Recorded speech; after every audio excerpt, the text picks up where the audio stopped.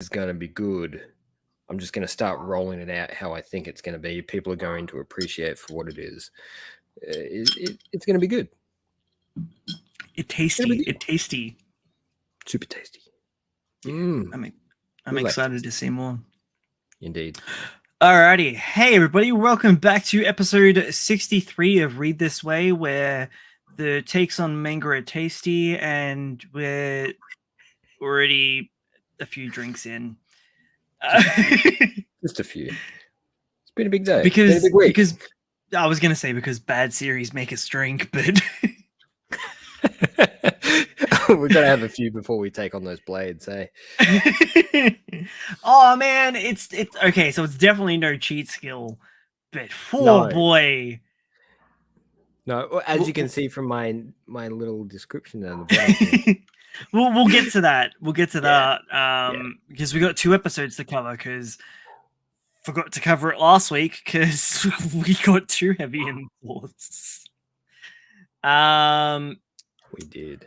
Cover some news. Not that I think there's a great deal. We've got a cancellation. We've got a recap on our new series and a follow-up to our new series from last week.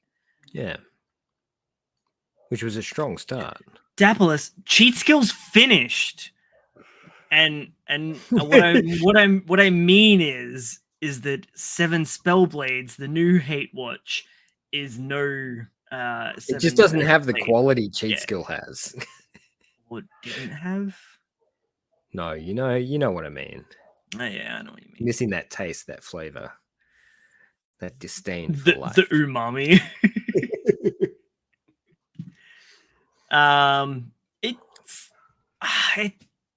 We'll get into it. Yeah. Because it's actually starting to become a bit of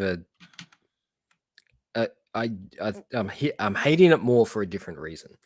So okay. Let's go with news, man. Let's go with news. What's going on? All right. Do you have much? Because I don't have much. No more than the One Piece is taking over the world, but you knew that was going to happen. Yes. Yeah. Are we talking about the live action? Yeah. And the announcement. Did you see Oda's announcement? Oh yeah. No, I didn't. How cool was that? Oh, didn't you? No. Oh, so there was an announcement. Announced it. Yeah, he announced it. I'm surprised you missed that. It's all over Twitter. How did I miss that? Yeah, I'm assuming the announcement is that there's already confirmed like another 4 seasons or something. Well, season 2 is confirmed. Oh, okay. I think what I saw was Netflix have said that they want like 5 seasons minimum. Well, the thing is, if they're going to commit, they're going to have to commit real fast because these people are going to grow real quick, and they're going to have to. Nami's already 30, dude. Is she? Yeah. So hang on. Maybe. I'm really bad. Because of with age, you get worse at telling how old someone is. I know. Everybody younger than you just looks 10.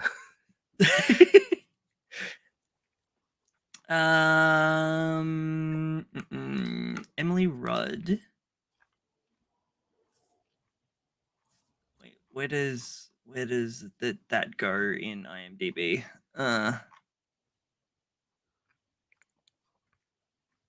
IMDb? Yeah. No. Yeah. She's 1993, so she's 30 this year. 93. I know. I counted backwards from how old I am. Yeah. Okay.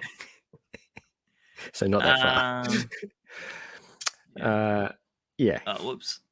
No, that's that. Oh, well, actually, I didn't know this until recently. It's a little fun fact. Kobe's actor is Morgan Davies, is trans, and that's perfect casting for Kobe. Not because Kobe's trans, but because the utilization of like that more effeminate male representation. Yeah. Definitely. But the whole thing is just blown up, and everybody's drooling over the characters and how well they're playing the characters as well.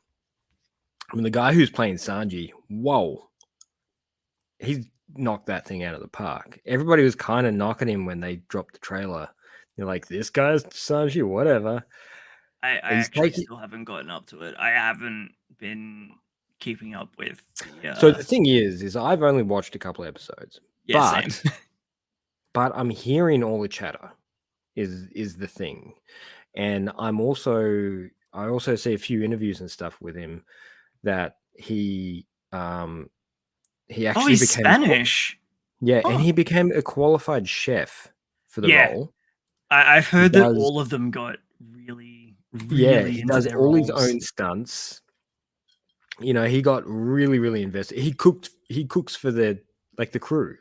That was one of his jobs that he did. That's amazing. And a bunch of other things. So it's really amazing that he's invested. They're also invested.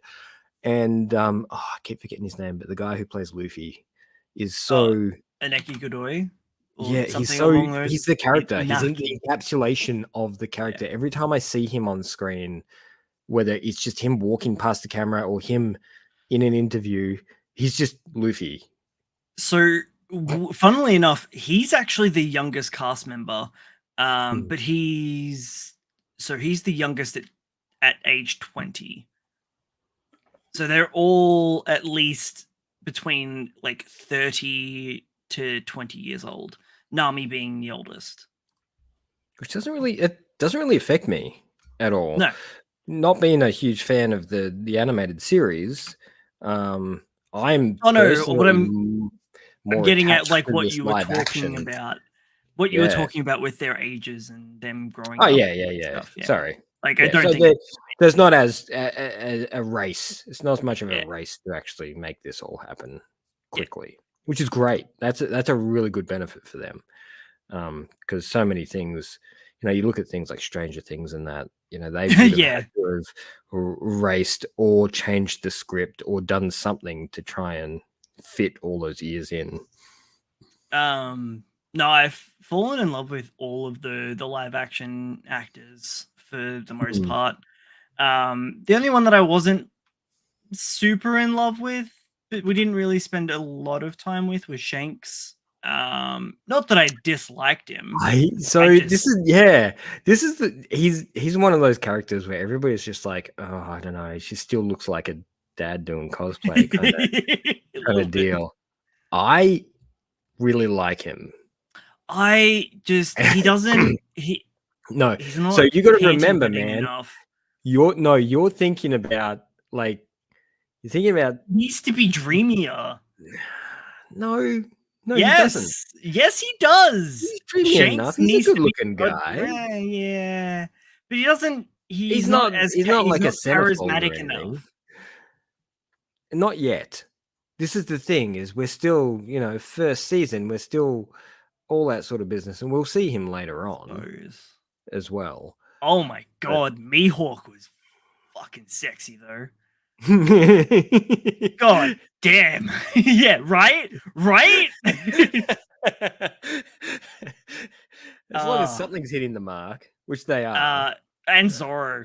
Damn, many of the actors are just beautiful humans. And not just that, but they're really encapsulating the characters really well, which is really just making their popularity way bigger again. Yeah, which is fantastic. I love it. Anyway, getting back to the announcement. Sorry, we got sidetracked a little bit there. Real quick, I just want to talk about what was the friggin' Helmeppo's role in the series, at least in the first couple episodes, was just he encapsulated that little asshole perfectly. Oh, the son. And when he's naked in his room, and then Zoro comes in and then chops off his hair. Such a good performance. It was everything you could dream of. He encapsulated the essence of every annoying animated character that has been produced over the years. Every bully, he just He did it so well. So well. Pampered, spoiled brat that Yeah. is leaning on his father's power. It's That has perfection. no It was perfection. anything himself. Yeah. Yeah. He did very, very well. And I was Yeah. very happy with his performance. Even though do we see him again later? I don't Yeah. know. Oh, we do? Okay. Him and Kirby are like the two Marines that we kind of follow because they're like the parallel to Luffy and the crew. Oh, okay. The new generation of Marines. Where like So he actually grows up to be someone of yeah. decent Well, capacity. I don't know if it's spoilers for the live action because I don't Yeah, know okay, where guys. Don't listen if However, I have heard from what I've been like seeing that there's a lot more marine focus in season 1 than there is. I think the reason for that is because they're trying to push the story quicker. Yeah. So in order to do that, because the marine focus doesn't shift until later on, does it? You don't get a lot more Correct. marine Well, action until later on. did we get Smoker in season 1? I don't know, man. Yeah, I don't know either. I kind of hope we do. We need to just devour it. Just sit down and watch it one day. I know. Pick a day. Although I don't know where I'm going to fit that in with all my Wheel of Time. No, you'll fit it in. I'm going to demand you fit it in. Yeah, right. Yeah, so Kobe and Helmeppo end up being tutored by Garp. Okay. So they're directly linked also to Luffy in a roundabout way, as well as already kind of being linked to him from the beginning anyway. Everything's bloody linked together. Yeah. Oh, dude, it's so good. Anyway, the announcement. Sorry, the announcement. Right. If you haven't seen it, he did the announcement via one of those little snails. The transponder snails? Oh, yes. And it was dressed up like him. So it like the transponder snail looked like him. And he did it that way. So, everybody was pretty happy about that little announcement. So that's good. It's good news. We got good news. You got some more good news for us? I mean, no, I've got some bad news if you like. Okay, I'll let you drive that home. Do Retry was our newest series to hit the chopping block to make room for our newest series, which so far is incredible. But we'll get to that in a moment. Do Retry, I honestly was thinking it was going to end last week. And when it didn't and it said that there was one more, I was like, fuck, how? Where are we going from here? And it was an epilogue chapter that flashed forward 2 generations? Current time. Yeah. Current time, like his grandson. Yeah. And his death, essentially. Which you don't even see. It's like his grandson and the funeral. That's pretty much it. Yeah. And it was an optimistic, somber sort of ending. It was nice. It was cute.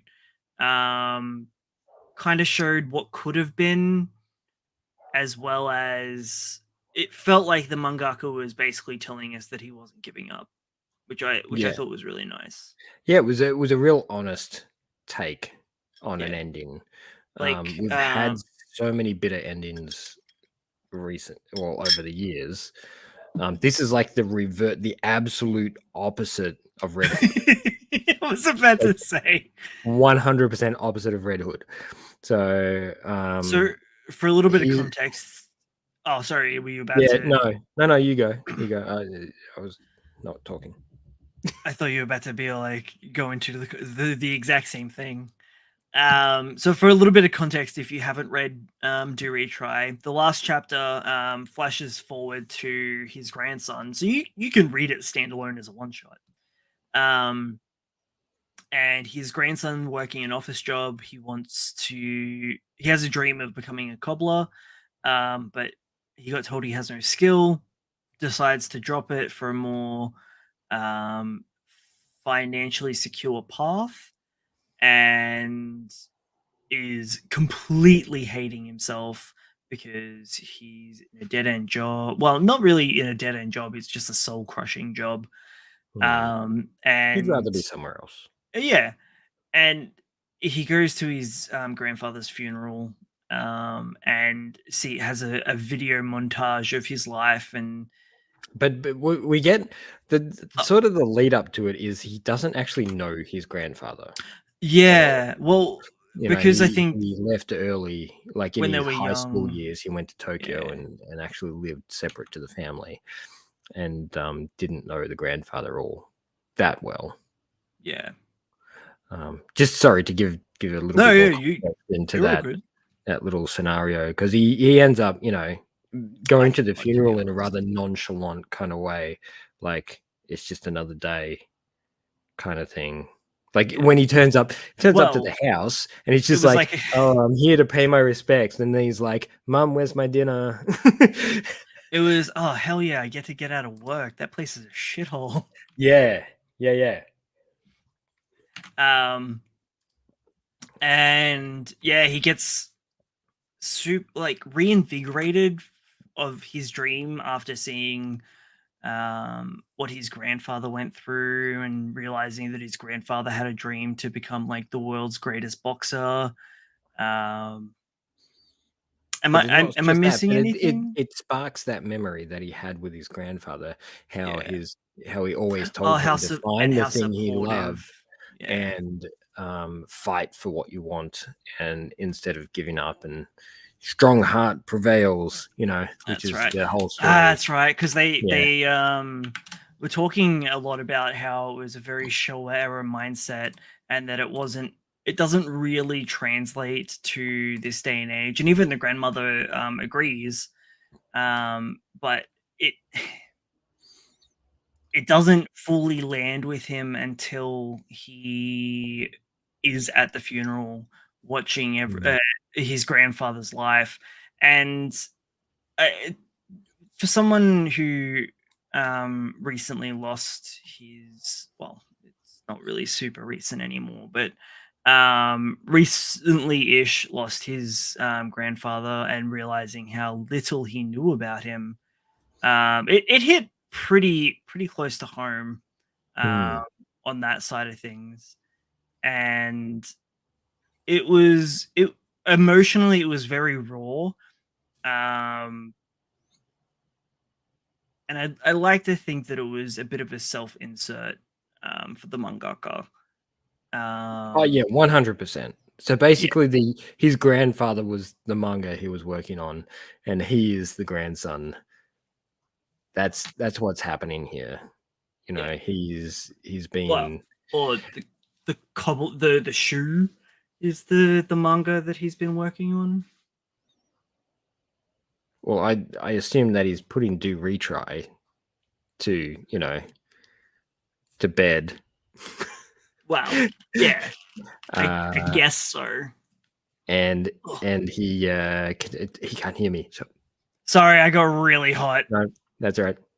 I What was would you going to say say? something while you weren't listening, but I missed my I was too opportunity. quick. Yeah, way too quick.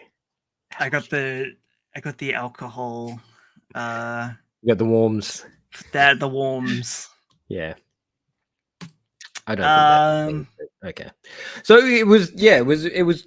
I said it was cute yeah, it is a because thing. it's You know, cute. Japanese guys get like really flushed in the Yeah, I face. know. No, no, sorry. I was talking about the chapter, not just you. Oh, I mean, you're sorry. cute too, but Anyway. anyway. Oh, Anyway, uh, that's an off-camera thing. And but I found it really cute and optimistic, and it was a great representation of someone's desire to continue pushing the boundaries that they think they've hit, or the walls that keep coming up in front of them. So I don't think this will be the last time we see this mangaka, and I hope, I hope that I see some big growth the next time we see them. yeah, that's also what she said. saying a lot tonight. Huh? I'm saying she's saying a lot tonight. Yeah. Hmm. So before we head into anything else, oh hey Nikki, you're just in time to listen to our very late intro.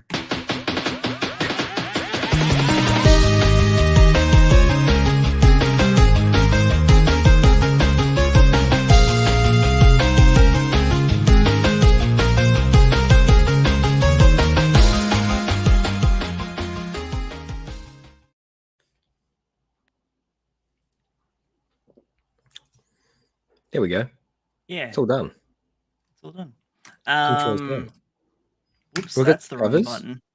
You got some covers for us? I do have some covers, but before we do that, I got to we got a word from our sponsor for today's episode. Did I tell you that we have a sponsor for today's episode, Logan? I know who that sponsor is. That's right. It's Half-Tone Productions. It's me. It's me. It's me. I did it. Yeah. Tell us about the new project that we've got coming up. I can tell you as much as I know at this point. Yeah. So which is more about as much as actually you probably know more as than much I as do. you know. You probably know more than I do. I haven't read the script yet because I've been listening to Wheel of Time. You need to get onto that so then I can have I know. And then I can start doing what I've done here and drawing them pretty pictures for the script. So basically what we've got here is an ambitious tale of horror in Australian outback Gippsland, written by our good friend Kieran, who we've been working together for how many years we've been working together for? 5. Yeah, at least. Or I you. mean, for me, I've been on for about 2 years. I reckon maybe 3. I've been working with him for probably at least, I reckon between 7 and 10, somewhere around there. And we can comfortably admit that the guy loves horror, right? Yeah. I'm honestly surprised that it's taking him this long. I know. It's been so long. It's been sitting in the works for so long. So this is really exciting. And I'm excited to get my hands on the script and actually I'm directing his film. Is what's happening. Yeah, you are. He's writing a slasher film and I am directing it with my images. And it's going to be fantastic. Actually, it's going to be really amazing. And I'm super excited to get this thing up and going and really bring it to the stage. Yeah. I should not drink whiskey before the show. No, you should. You should every time. Every time. Every time now. If you're going to keep doing that. Wow. Wake ups. I like it. All right. So it's not in action just yet. No, it's not quite live. We're still working on it. We're building up the campaign. But if you hit the link to go to the page that you're looking at, you can go and hit remind me and it'll notify you when we launch. And it gives us some form of what do they call it? Tracking? No, it just makes us feel better. Well, yeah, but it helps us out with the algorithm, I think is what I'm after on Kickstarter. The more pre-follows and stuff help. So if you're into horror or know someone that is, share it around to them. We'll be getting out we'll be going live sometime this year soon. It says 30 days. Yeah, that's how long the campaign will be going for. I thought it was Halloween. Yeah. We're hitting Halloween, aren't we? That's the day. Yeah, I think that's when we're going live. I think that's what Kieran said. I couldn't remember. Day. Yeah, spooky. We're doing the spooky day. because Ooh, that's fun. spoopy. Yeah. Yeah. So Yeah. we're all, let's make this happen. It's gonna be good. We do have another cancellation. It is a Jump Plus title. Well, I don't know if it's a cancellation or if it was just a short run series. But did you ever read this one? No, doesn't look familiar at all. What is that? The Soul Spewing Wielder by Isagi. I did see that there, and I'm just like, oh, that looks weird. And I never anything that has spew in the title just kind of deters me a little bit. Okay. No, it I know is there's not. a thing. It's not an act. It's a series that was meant to be short form. So okay, I'm jumping on board. I love short form stuff. yeah. Cool. Cool. No, we'll talk about that later.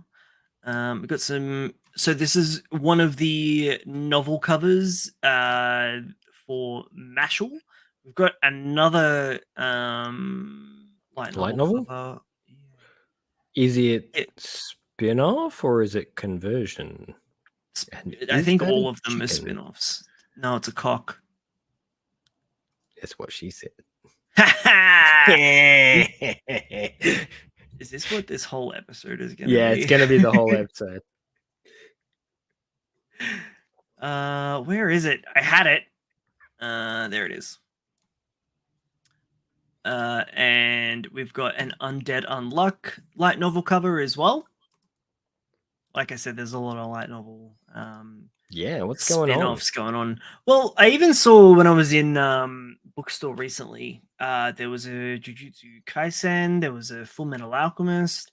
They're just doing so many of them at the moment, and I guess they're just trying to capture the audience that don't read comics. Well, I don't necessarily think that it's a new trend, because like there was a Death Note one that fantastic read. If well, that would make sense. Okay, Death Note makes sense.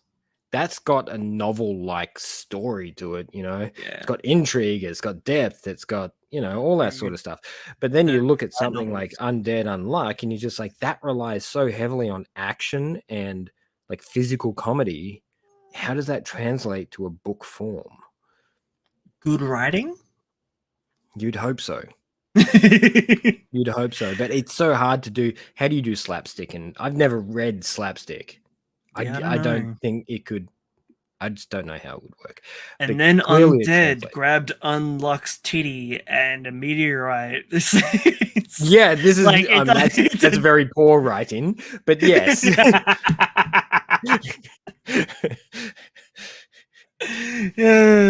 Yeah, but I mean, that's basically the like the first chapter / episode, right? Maybe, or maybe it's just like a. Oh no, not of the light novel, of like the series. Like the original, yeah. Yeah. Okay. Oh, dude, I'm really excited for. I am too. This is one of those series that I think I'm going to appreciate more in anime format than manga. Yeah. Oh, I think it's going to hit really hard. Like really, really hard as an anime form. Good. I need the feels. In similar vein, we've got a Mashal official fan art book. It's gone so hard, hasn't it? Like, it's everywhere. Yeah. I mean, the anime is doing its job, man. Yeah. And this is what happens when you take the Harry Potter format and do something right with it. Foreshadowing. Just a little. There's going to be some new Mission Yozakura family anime news in issue 43 of Jump. Basically, just casting. Boy. I'm just going to watch this. I'm not going to read it. I don't know why. I think if it really tickles my fancy with the anime, I'll jump back into it. I don't know if I will. I think it was something to do with either the writing or the artwork didn't click with me, and I was just like, I'm bored. I don't mean that in a disrespectful kind of way. Like, it just didn't click with me. Yeah. You are quite picky though when it comes to your manga. No, I just like what I like. That's That's the definition of picky. I get it. Yeah.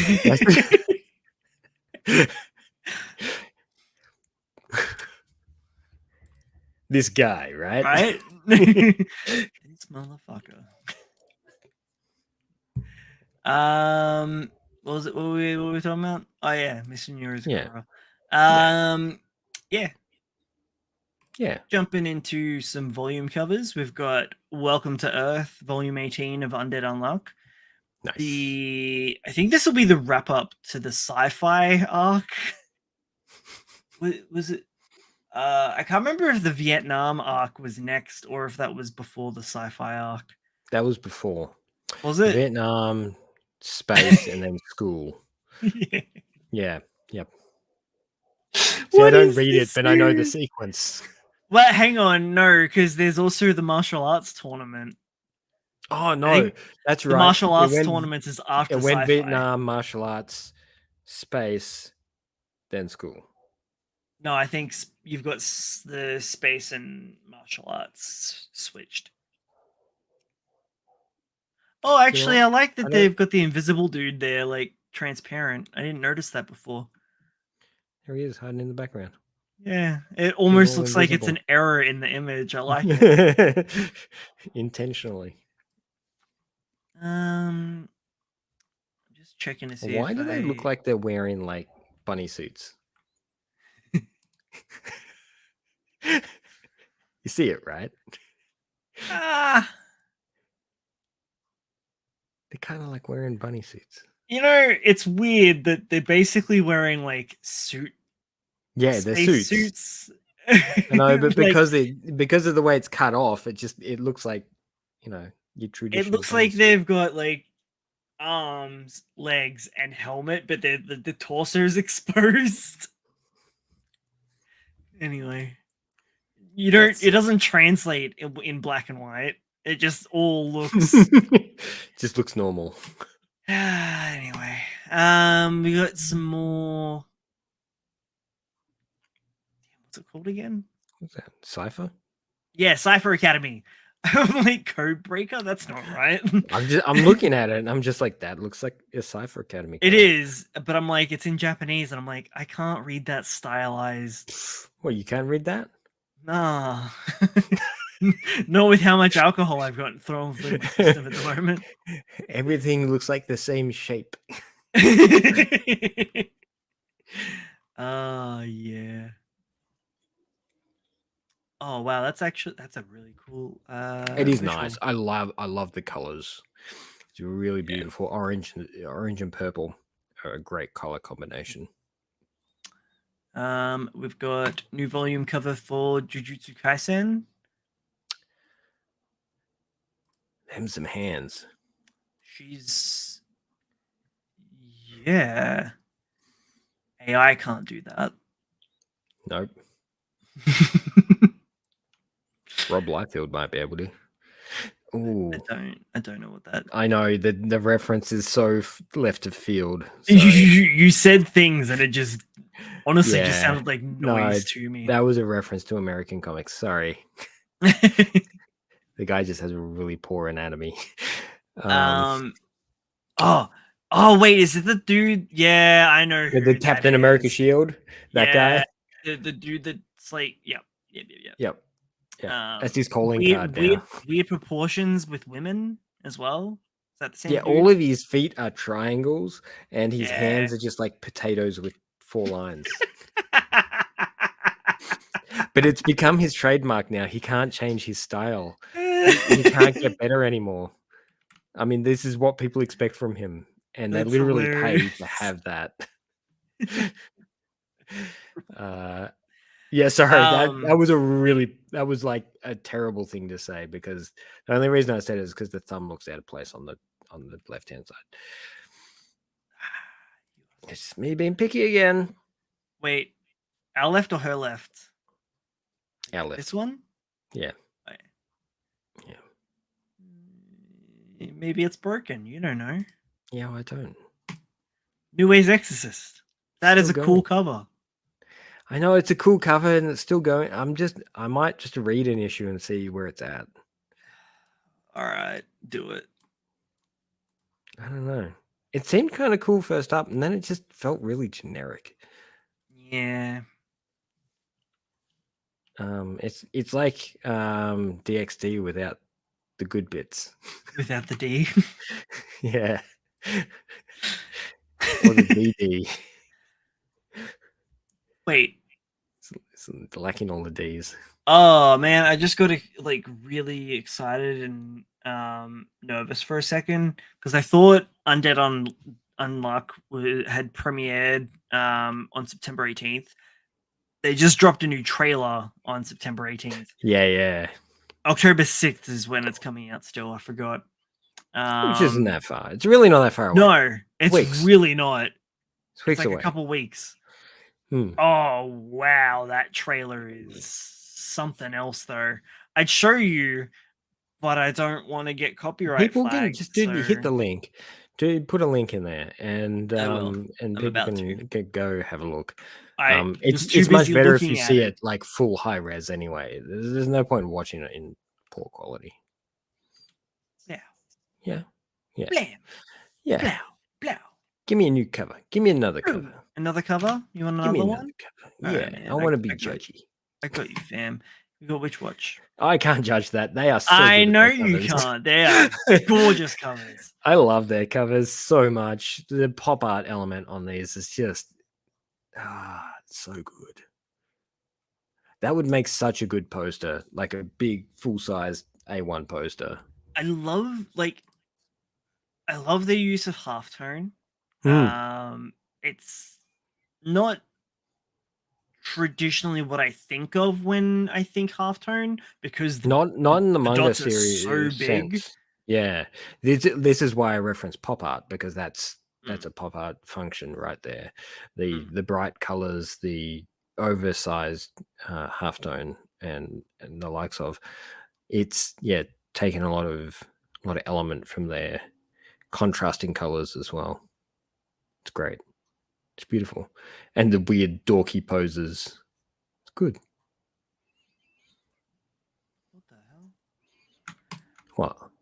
What have you do you found? remember? So remember last week when I said that they were doing a weird OVA screening of My Hero Academia in like 10 cinemas across Japan?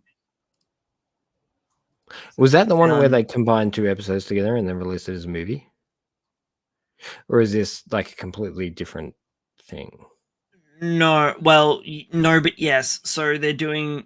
There's an OVA episode, but then they're doing they're adding another 2 episodes on to have like a movie length experience or something. Why do they do this? I don't know, man. It's weird. Thank goodness they only do it in Japan, because it would just frustrate the hell out of me. It also just looks like an advertisement for a new card game that they're about to launch. Oh, that's because it is. This is the key visual. That's the key visual for the new card game they're launching. One second. No, this is the key visual for the UA Heroes Battle OVA. Yeah, it's designed to advertise the card game. Yeah. Oh, I hate this on so many levels. Yeah. But this is the reality we live in, man. One Piece didn't do that. One Piece has a card game. I know. Arguably, neither does. No, it doesn't. But My Hero almost said Jujutsu. The weird thing is it's kind of on brand for them. I don't know why, but it just feels like it's something they would do.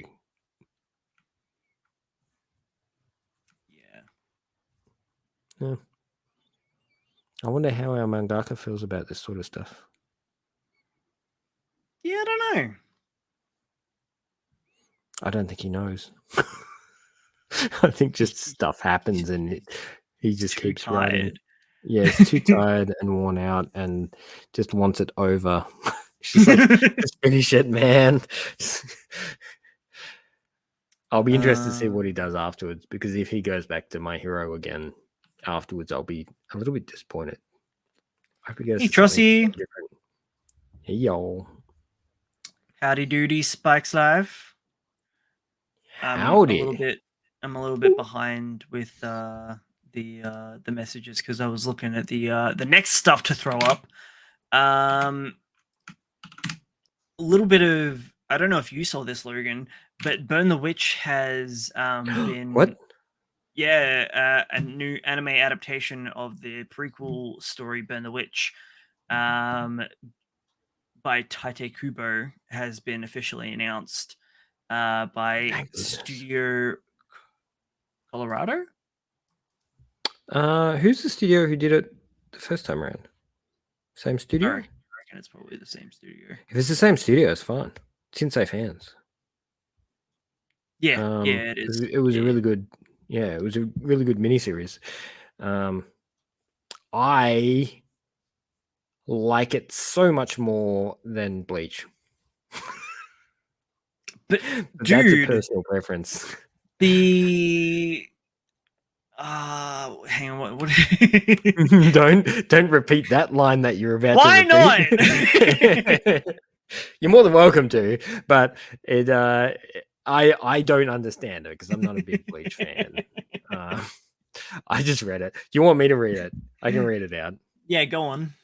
1 second. I'll just let me get it. So the newest episode of Bleach has the insert Logan line here.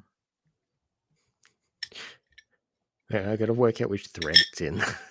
It was the one between you, me, and Jack. Yeah, there's smelly balls. Here we go. Bleach has finally got to the episode where the zombie lesbian necrophiliac Nazi trans girl is accused of smelling like semen by the transphobic feudal Japanese ghost samurai femboy. Now, I haven't watched or caught up with the new stuff, but I'm assuming this is right.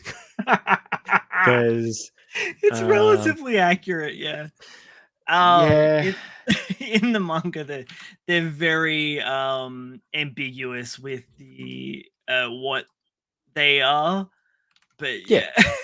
It's not a gender specific environment, is it? It's just No. whether you can swing your sword well. That's what it really comes down to. How well you swing or sway your sword. Yeah. Dude, the 1,000-Year Blood Walk was 1,000-Year Blood War arc was weird. Really good. It's gorgeous. Oh yeah, Deathless. It's where are you up to, Dabbler's? This is the question. And if you've only read or watched the anime, you've only watched like 3/4 of it. Yeah, the last quarter of Bleach is insane. Like, if you kind of liked Bleach, it's not even comparable, honestly. It's this is the thing: is the week-to-week release anime was wasn't like it was adequate. It could have been so much more, though. Very much like most week-to-week sort of environments are. They Trossie, if you enjoy like magical girls and witches, that's more my vibe than ghost slaying guys. It kind of seems, correct me if I'm wrong, because I still haven't gotten around to Burn the Witch yet. Oh, okay. Little Witch Academia cross Bleach? Maybe? The world that they're in is unique. It's set in the same universe as Bleach. You see, this is what really confuses the hell out of me, because I'm reading this and I'm just like, or watching this title, I'm just like, I don't know where Bleach fits in, and it's probably because I don't know enough about Bleach to actually say where it fits. Japan. Burn the Witch is in the UK. Yeah. But it's dragons. Yeah, in the UK. But it's dragons. Imagine Dragons in the UK. but why drag it? Yeah. Okay. You see something I don't. And this is my point, is I'm classifying it as a completely separate world, which is fine by me. I don't need to chip away at that. You're not chipping hard enough. I know what episode you're up to, and you're not going fast enough. I would recommend Bleach as a read up until you get up to the 1,000-Year Blood War arc, and then just jump into the anime there. Yeah, because that's where they've actually taken their time and started pushing it a bit more quality wise. And the animation quality on 1,000-Year War is just dude, it is beautiful. It's really beautiful. It's actually sort of a visual feast. So the thing is the action sequence have so much effort and so much function and quality in them that the quiet moments actually feel a little bit dull, and and it feels like they kind of skim over them a little bit to try and push on to which is just Bleach act. It's just way Bleach works anyway. That's just how. Okay. I'm gonna stop you right here, Logan, because you don't know enough about Bleach to say that. Maybe I don't. Surface level, yeah, it's very like, duh, big boy swing, big sword, big thing. But it doesn't. There's a lot more to Bleach. There's nuances to it. I know that I sound very pretentious right now. Excuse me, but just like screw that shit. But his world building is don't get me wrong. I understand that I know his social structures and the thing that he's created is well formed and well thought out and well planned. If I were to equate it to something else in a different medium, the way he does his world building is very similar to the way that From Software does their storytelling in Dark Souls, Bloodborne, like all of those sort of games where it's like drip fed to you. You don't need to go into it to enjoy the series, but it's there if you want to have a more enriched experience. And that in and of itself is where the link between Burn the Witch and Bleach can be made very, very easily if you start to dig into that meat. Yeah. But if you're just surface leveling, if you're surface leveling Bleach vegetarian, it's not going to make any fucking sense. Yeah, but I don't care because it's a really good series, and it's a lot of fun. So, and it's beautifully animated. It really is. The studio's done a very good job of it. The lore in Bleach is so incredibly well done, and the way he just doesn't sugarcoat shit. It's there if you want to sink your teeth into it, but you can just ignore it, and it makes takes nothing away from the series. You not understanding all the background shit, you can just junk food that shit, and it's still yeah. He is peak shonen. Let's face it. Yeah. He's what we want from. It's so not to mention he character designs and drip, just everything is just gorgeous, and his minimalistic style to paneling. I don't know if that doesn't really translate in the anime because it's animated, everything's got to be filled in. Minimalistic? There's a lot of negative space in and non-backgrounds that are just that's standard issue. If you want to focus on something, you do negative space, my friend. I know, but that's not laziness. One of the. It's no, I know.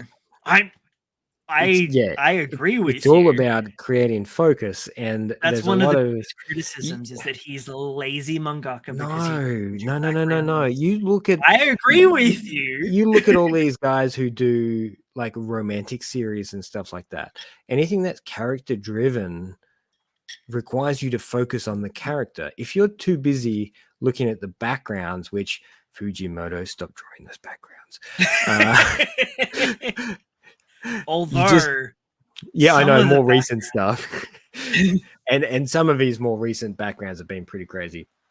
But I'm just saying that the more you put into the background, the more I want to look into the background and see if I can see more. And I stop focusing on the characters so much. So what's happening? What Tito's doing is he's actually bringing the characters forwards and forcing you to see them and concentrate on them instead of the whole picture, because he'll give you the whole picture when you need to see the whole picture.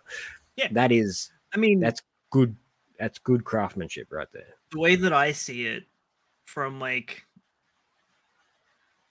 the creator standpoint, like apart from that side of it that you've already spoken about, if you're constrained by time and cost, you have a single panel that sets your scene, you show off everything you need to, so the audience or reader has that key visual in their mind, and then you don't need to worry about backgrounds unless it's important.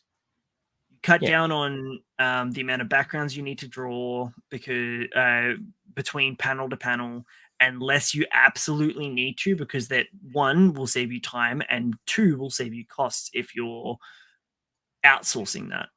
Yeah. And if you're being able to do that, you can take the time to refine your conversation. You get to refine the world building side of it without having to extend. You get to make them so fucking sexy. Well, that's the other thing, is bringing that focus in. It makes you go, oh my God, I want those clothes. Or, or how do I get that person on a poster on my wall? That's that focus that he's trying to drive you towards. And he does it so very well. And he learned that along the lines when he was doing Bleach.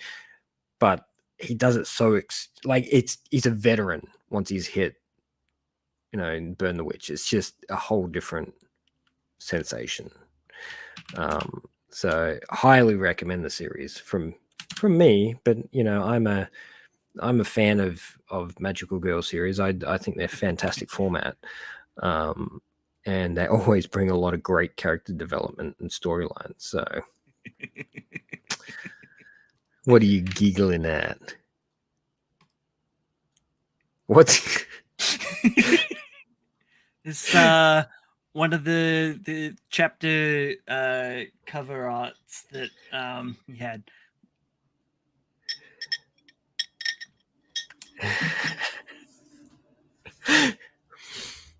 Hey man, he's got to get the numbers somehow, right? And what's the age-old saying? What sells? Did you inject into my house? What sells? Oh my God, the name, God of Thunder. Right? Tattooed on your ass. Yes. Oh no. Honestly, actually, I think this is in Number the 1,000 Year 3. Blood War arc, actually. That'll be coming up this season, I think. Man, we went down a rabbit hole of Bleach, then, didn't we? He does look a little bit lazy on that panel, though. Anyway.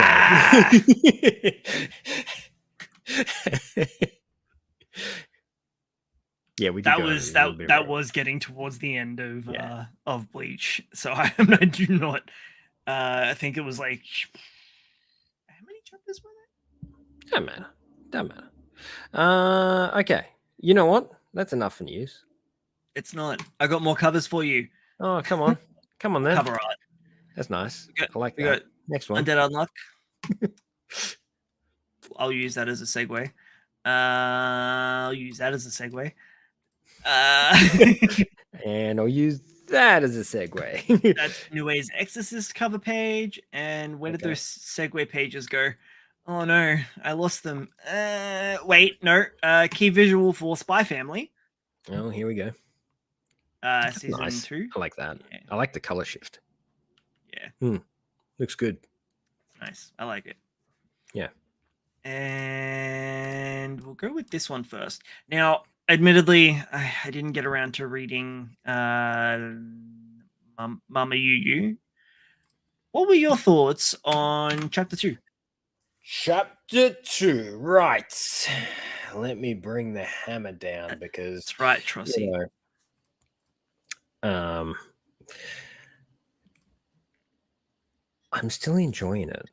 Good. So I'm glad. Yeah, I Because was so super worried about this because it was a great one shot. Oh, it was gorgeous. It was so good. I really loved that one shot. It was fantastic. Now, the concern that you had and- was that it was going to be another. Well, where were they going to go? Earth children? Earth child? Yeah, because I felt like they just didn't have any. There wasn't really any proper grounds to go anywhere, and he bought it.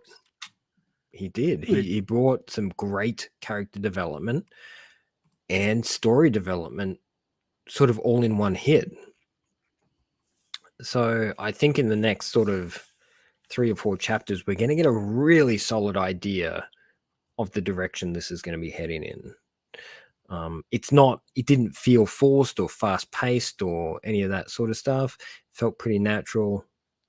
Yeah, I've got like hope for this, which is terrible. This is bad. So it's getting to get axed. Probably next week. Not next week, but if I don't know how they're gonna bring this into a school environment. I know it. I know it. They're gonna do it.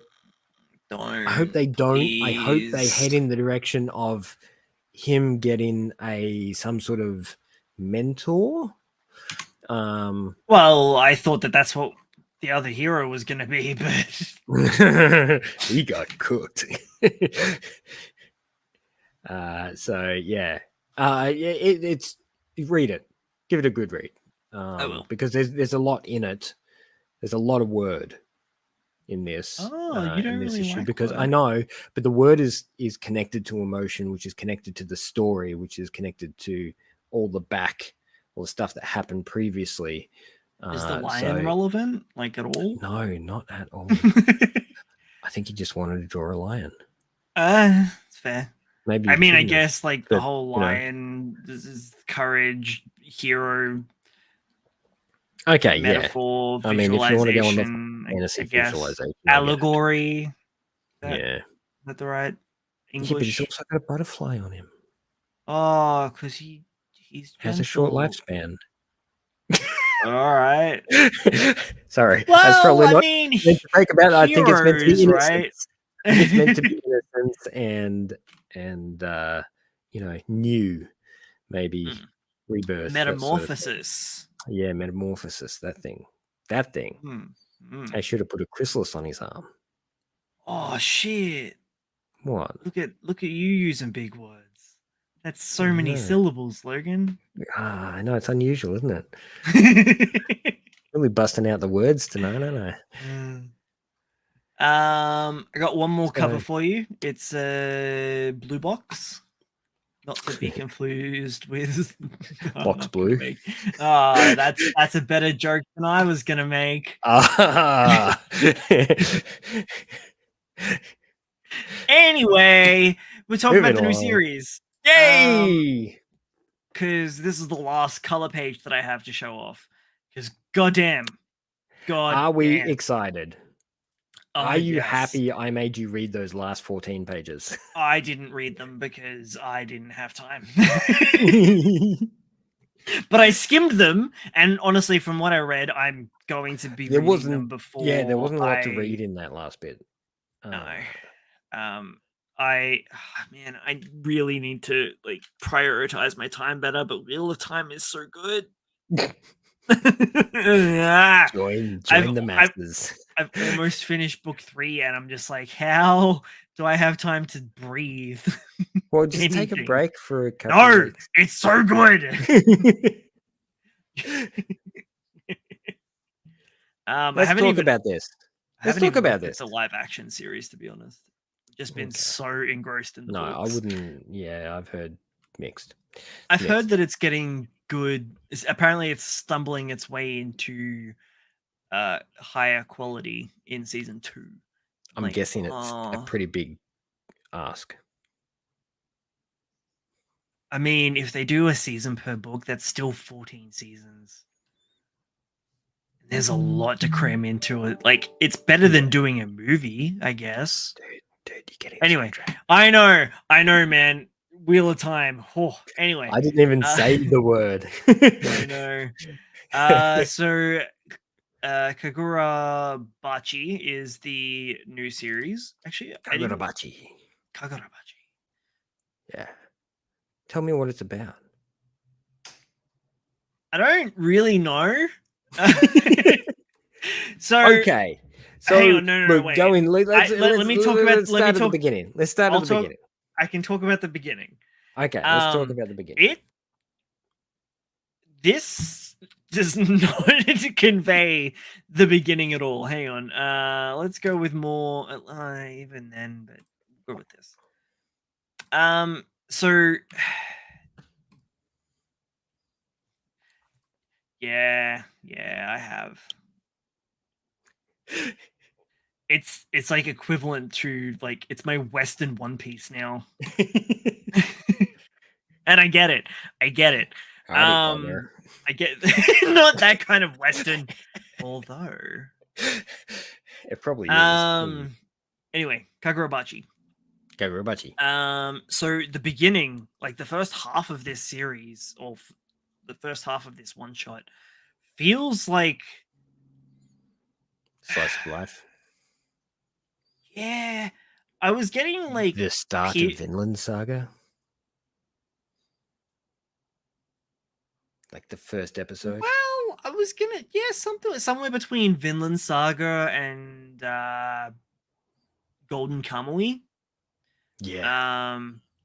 Because it's got that weird sort of intangible world kind of whatever it is going on. So like it feels in tone and themes very much like Vinland Saga, and it's like epic, but it's like very, very Japanese.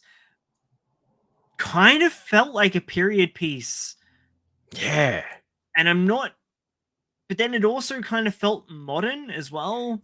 This is what got me really excited about the start, was everything said modern, but the story said period.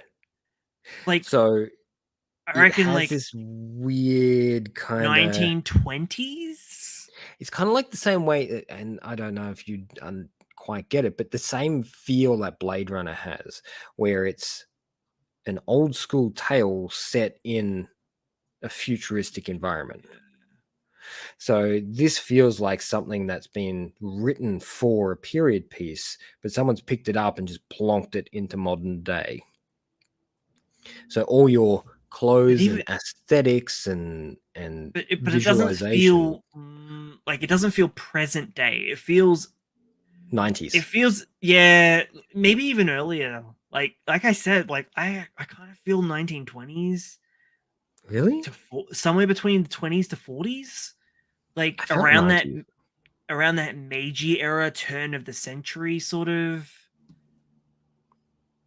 But I don't know, the clothes just kind of gave me more modern vibes. Like that's all. When Japan was starting to get a lot more Western influence coming across. Yeah, but they're like full-fledged. This feels like the Matrix.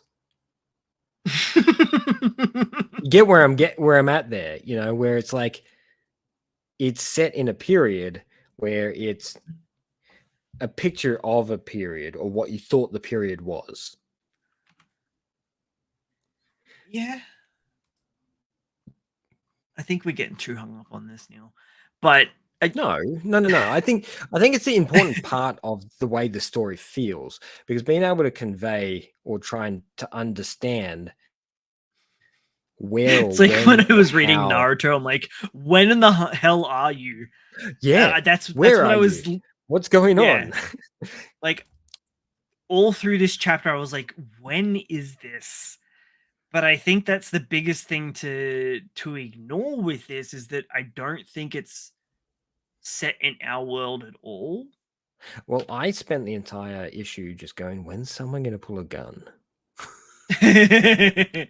Well, yeah, it's very sword focused, and It is. And I think this is going to be the driving component, is there isn't guns. This is the way things were fought and the way things were done. And no other weapon could compare. actually, when's Golden Kamuy set? Because it feels very in that sort of era. Kamui is like 20s. No, that's probably 10s, why I 20s. said 20s. Yeah, Yeah. because they've got cars in this, Yeah. so it feels a little But they're bit not later. but they're not than past cars. Kamui. They're pretty modern cars. I don't know about that. Show me the car. Show me the car. I don't know. My perception of modern is a little bit My skewed. pitch got like really high then. I mean, it's Yeah, the last time I heard that pitch. We barely get like it's this here. Okay, that does look pretty old school. But then I did just see an air conditioner, so yeah. And then you look at the structures; they look all old school, like. But then, like it's traditional Japanese. They're still wearing yukatas, but you also see suits and you see, t-shirts, and it's like this weird mishmash of things together, and I absolutely love it. I love it to death. Oh yeah, I love the style. setting. I just like he's wearing sweatpants, man. I know. The dad is so good. I hope he's not dead.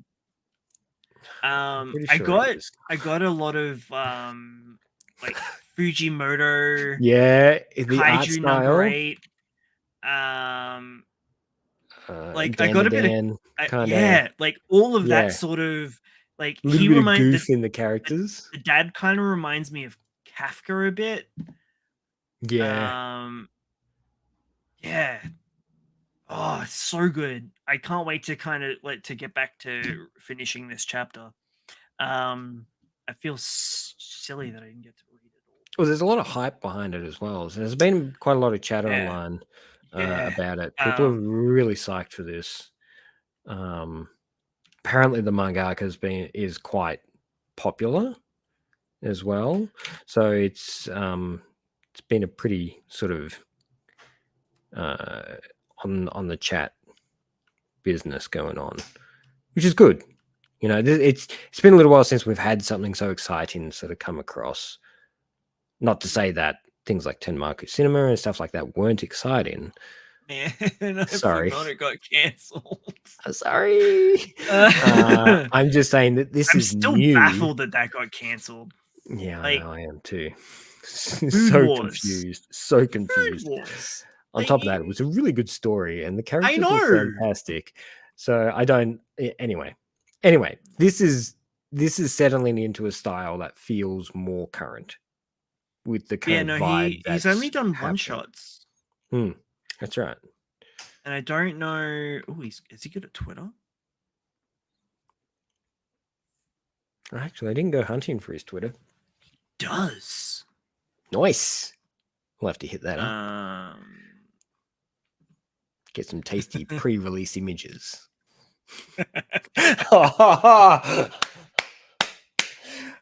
that is amazing. That'll be his absolutely amazing. That'll be his author comments profile.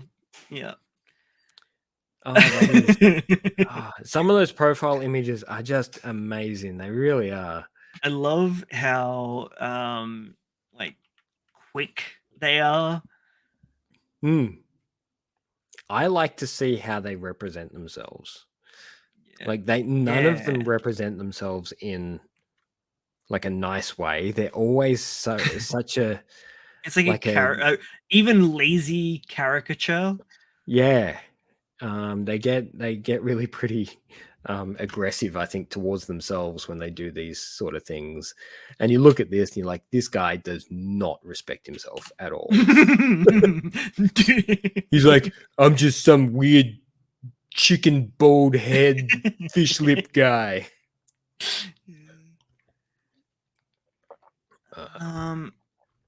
Just trying to quickly see. They just took all these character these profiles from the mangakas. They just made like a pattern and put that on the shirts. I'll be down. Yeah, I'll be very down for that. It's great stuff. Trying to quickly find if I could see. It's so hard to find out what mangaka have worked on as assistants, and I wished. It doesn't matter. No, I know. This I is know. good. Well, the more that rolls out, the more we'll know. So the information will come in time because this guy's not going anywhere. He's sticking around. From this first chapter, well, it solidified the world really well. And first chapters before. Yeah, I know, but there's something. I can feel there's something in this one. And I don't know what it is, and I can't put my finger on it, which is what makes it different to a lot of the others. The other ones I can go, oh man, the characters are really good, or the design's fantastic, or the action's excellent, or the world building's spectacular. This has some kind of weird sort of like familiarity, honestly, but it's everything not hits quite right. Everything hits. The story is engaging. The characters are fun. The art's incredible. It's loose when it needs to be. It's impeccable when it needs to be. Everything is like, it's really good. Did we already talk about the world building? The shift. Well, we didn't even talk about the shift from the first half to the second half. So, as we were saying before, the first half feels like a very slice of lifey dad and son hanging out doing sword forging. They get into the nitty gritty of it, and it's really, well, not super nitty gritty, but it was interesting enough as like a shallow dive into how katanas are made. And son wants to follow in the dad's footsteps, yada yada yada. The equivalence of a master swordsmaker being regarded as much of a war hero as the people that have fought in said war was a really cool take, and I like that. Yeah, but at the same time, that leads him into that little story piece where he explains the real reason, the responsibility behind sword making, and that's when I knew it was turning. So when that hit, I'm just like, oh, now where you're reeling me in at this point, because you're starting to really convey and understand the emotion behind what's happening there. Yeah. The fact that when you pound that steel into a killing device, I couldn't help myself. Sorry. That was great. When you make that piece of steel into a killing device, that killing device then takes lives, and every one of those lives is on your shoulders. And I love that conversation that he has with his son. And he asks, he's like, yeah, it's all well and good you wanting to follow in my footsteps, but are you ready to have the weight of the first katana you sell that is going to take someone's life? And I was like, ooh, yeah, boy, let's go. That's where it's getting good. Yeah, it gets real tasty after that. And then... yeah, and then it just jumps. It was a year and a half? 3 years. No, what? 12. Oh yeah, it is. I can't math, bro. I've had too much alcohol. I don't care. That's an excuse. You should be able to math at this point. 3 years. 3 and a bit. It's two and a bit, isn't it? It's 12 months, man. 36 plus 2 months. Oh, shit. Well, I've mathed him off screen. That's embarrassing. So anyway, we jumped. Yeah, I'm sorry you're on the wrong side of the bed again. Yeah, I know. It feels gross. And this is where the world building begins, isn't it? This is where it's like, Oh, here's the halfway Yakuza, through. bullying people again. Well, like, even at this point, I was like, oh yeah, this fits, and it doesn't feel jarring at all. I'm like, yeah, cool. And then Doesn't it feel starts jarring. talking about, Look at the fact that guy's wearing a long sleeve shirt under a short sleeve shirt. bro, that's fashion. Look it up. I know, but when? When was that fashion? Yeah, all right. Yeah, it's my Alcohol's point. I'm just required like most nights. most nights, all nights. And my point is you look at the atmosphere and you look at the backgrounds and you're just like, this is traditional Japanese environment. And then you look at the clothes and the way they speak and the things they're doing. Doesn't really I'm sorry, I'm still convey. stuck on my like terrible math. Just let it go. You're just gonna have to let it go. I don't know why. How many months did I think a year had? Like 15? 24? Maybe you're thinking in hours, right? Oh, maybe. Yeah, you're thinking in hours. I'll let that happen. Yeah, you were thinking in Thank you. hours, and you got it confused. That's all it is. Yeah, in this economy, well, actually, in this economy, how can we afford alcohol every night? Anyway, Cheap wine, eh? and 3-day growth. Yeah, give you Anyway, 3-day growth. Anyway, so focus. Yeah. So like, okay, it jumps forward 3 and a bit years. yeah, like sorry. So you jump from what is basically a really cute scene between a father and son, progressing in life and growing up and coming of age and wanting to follow in his father's footsteps, and then you're just suddenly slapped with, hey, this is the Yakuza and we're gonna kill everyone. Also, like the last little panel of like the really solidifying the relationship of the father being a master craftsman, but being such a like vacant, almost Parent. ADHD parent, where Yeah. he's just like the son is more of the The son's looking after the dad more yeah, so than on a general day-to-day level. yeah, it's like he's the housekeeper essentially. Yeah. He's cooking, he's cleaning, he's trying to make sure that the dad's cleaning up after himself, mainly Wait a because minute. then Can he you doesn't go have back? to. Can you just go? I just want to. His shirt does say "I love pie." No, it says I love katana. Oh, okay. Sorry.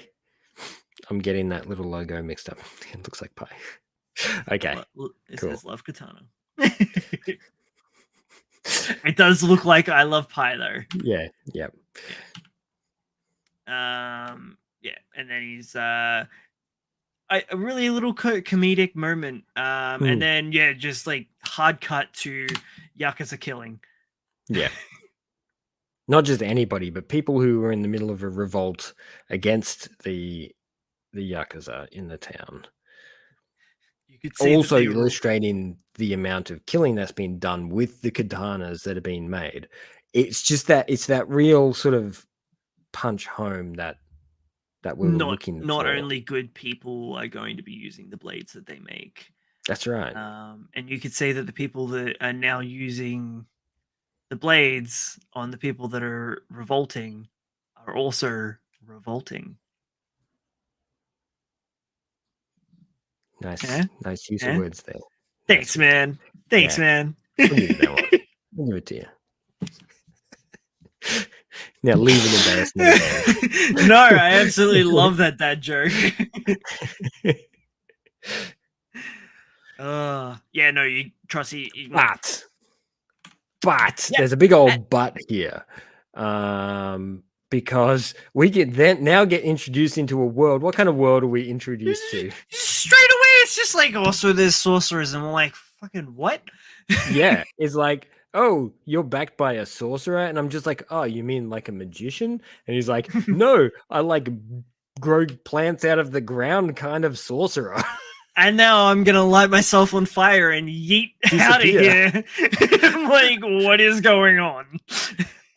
This is kind of where I got up to and was like, oh shit, the show's starting. And I love look at his fashion, man. It's just the craziest mix of European influence with Japanese garb. You know, well, that's kind of what they used to do in like that 20s, 30s, maybe even 40s. Like there was a lot of blending between like traditional Japanese and Western influence coming in with like the suits and shit. That's why I'm like, I feel like it's in the that 20s. sort of spot. 20s. I feel like maybe a bit later. I feel like it's probably more like 30s. Yeah. If Golden Kamuy is 20s, I feel like it's 30s. Okay. Anyway, let's not worry. Let's not stress too much about it because in the end, it doesn't really matter. Yeah. You got Yakuza, you got katanas, and you got sorcerers. But wait for it. Wait for it. We've got more. We got trains. Are they on a train? Yeah, they're on a train. Honestly, this is as far as I got reading, and then I was like skimmed past. Oh, that's where he's eating. Oh, that's right. That's where he's eating the grilled fish on the train. Yeah. There's so much conveyed. You look at the amount of text on the page. There's not actually a lot of text going on the page, but there's a lot conveyed with the expressions and the text. He's utilizing very well the way the characters are responding to the environment and the words that they're saying as well. It's they're doing it. He's doing an excellent job. It's really a fantastic first chapter. Like we can stop here if you don't want to. We'll stop here. So you. Oh no, I flicked through the whole thing. I know, but you want to read it. Take the time, man. Take the time. Sorry. Go back one page. This one? Those bottom 3 panels are just gorgeous. Yeah. Absolutely gorgeous. Actually, this whole page is I know it's a well really done. Page. It's like split seconds. Oh. Yeah. I love it. It's this person knows what they're doing. And that's where I'm making the comparison between this and Fujimoto, because it feels very cinematic. Yeah, he's very cinematically inspired. It feels like we're reading a very and the goofiness behind the. Okay, I'll take care of these guys. It feels very noir, but with a side of slapstick. Like it feels like we're watching a. Sounds a little amphibian noir to me. Plug. Like it feels like we're watching a like neo-noir Yakuza story. Yeah. Like movie play out in front of us. Set in some bizarre sorcerer-driven world. Yeah. I really feel like they missed the opportunity to put a special effect noise when he hit his head on the table. Yeah. And just some of the camera angles and the paneling and just the direction and the focus. Yeah. Removing the backgrounds and inserting the negative space in that hand cut scene. Look how lazy this is with all the lack of backgrounds. I know. But the negative space and the character movement. Beautiful. I do really like the utilization of paneling.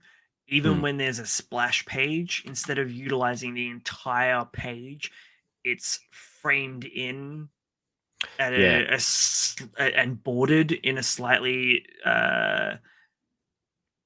it's hard to use aspect ratio.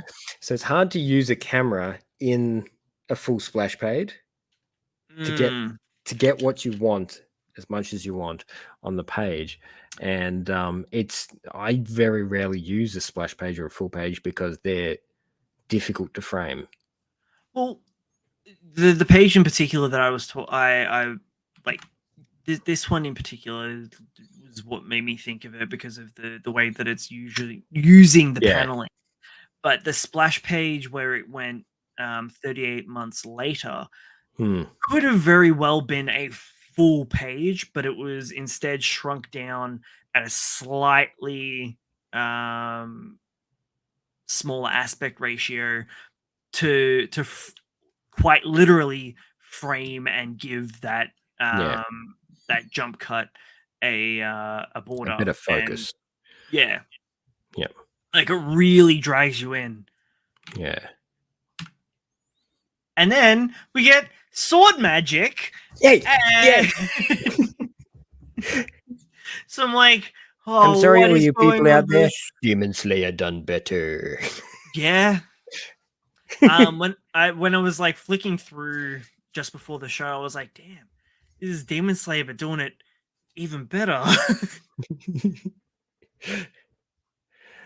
And it might just be because it's the fish, but it's even kind of giving me what was the Kajiki Chef? one on, yeah, that one. Yeah. As soon as I saw the fish and the movement of the sword and stuff like that, I'm just like, ooh, Kajiki Chef kind of vibes going on there. I'm glad you got that too. I got Yeah. that in Demon Slayer and I was like, oh man, this series. But even on this splash page, yeah, I'm going for them all. we're going on like a real trend tonight.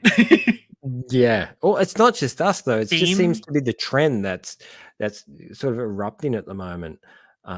People are demanding that style Because again. katanas are cool. Yeah, swords are cool. And fish just have a really nice like visual motif. Also the whole fish from the beginning of the story. It's that whole yin yin yang kind of yang, vibe yeah. going. Yeah. Even with the contrast of the white in the background and him being, you know, fully shadowed, and then you've got the black fish and then the colored fish, and it's the whole dynamic of the scene, the slightly tilted camera. I know I said it gorgeous. before, like just mentioned it offhand. Oh wow, that was perfect picking of the. Oh jeez. God damn, I'm amazing. Yeah, we didn't mention this before, did we? No. About the fish. I was just picking a random page where I thought it was going to be, but the black one wards off evil, and the 3 colored one's just cool. What was the red one attracts good fortune. Yeah. But I didn't really, because I wasn't reading it. I was just skimming, but I like the callback to the fish. And the fact that he's like black is he's calling forth the actual fish that represents the action that he's trying to purvey. So he's cutting down evil. So good. You're not wrong. You know, a lot of the content in this particular first issue is poster worthy. You know, the framing and the fishies. Beautiful fishies. I'm sure we'll see more of the fishies in the future. Is just even the way so the structure of the paneling here, he's purposely selected off-kilter lines to convey slashing of the sword. So everything's not straight, it's slightly cut just to help generate that sense of motion. It's giving me like first couple of issues of like Chainsaw Man vibes, energy wise. The biggest thing is whether or not he can keep this up. I don't think this will be an issue. I wonder. I don't know who the big bad's going to be, but We'll Don't have a big chat care. at some point. But yeah, I do agree. It feels very Chainsaw Man inspired. Hmm. God damn, it's so cool. So one to watch. Also a little bit jujutsu kind of energy in the action. Now we're gonna talk about really poo series. I know, we're gonna do it. Come on, let's do it. Have you been actually before?